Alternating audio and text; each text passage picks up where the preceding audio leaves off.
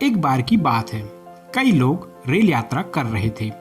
उनमें से एक व्यक्ति अचानक खड़ा हुआ और ट्रेन की खिड़की खोल दी।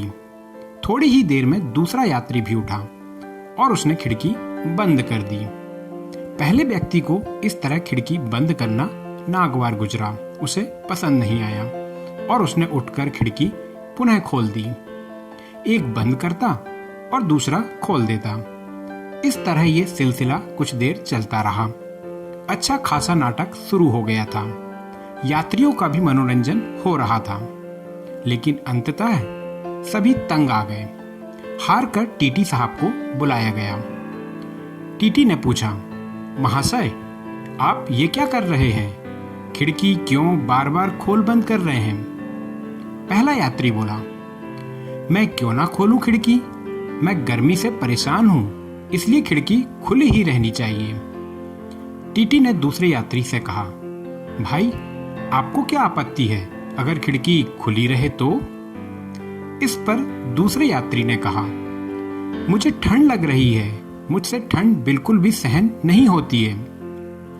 अब टीटी बेचारे परेशान कि एक को गर्मी लग रही है तो दूसरे को ठंड। टीटी यह सोचकर खिड़की के पास गया कि शायद कोई बीच का रास्ता निकल आए।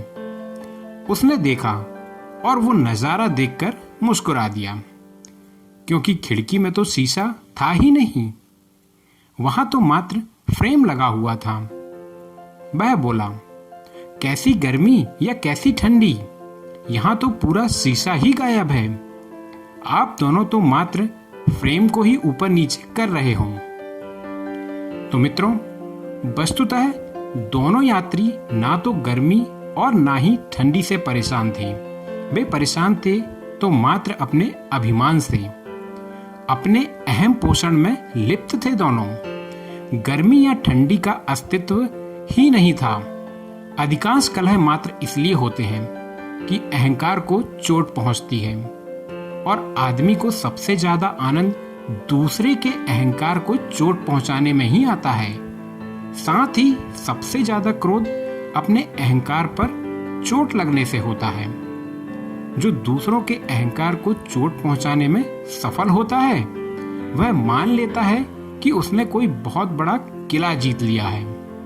वह यह मानकर चलता है कि दूसरों के स्वाभिमान की रेखा को काट पीट कर ही वह सम्मानित बन सकता है, किंतु परिणाम अज्ञानता भरी शर्म से अधिक कुछ नहीं होता है।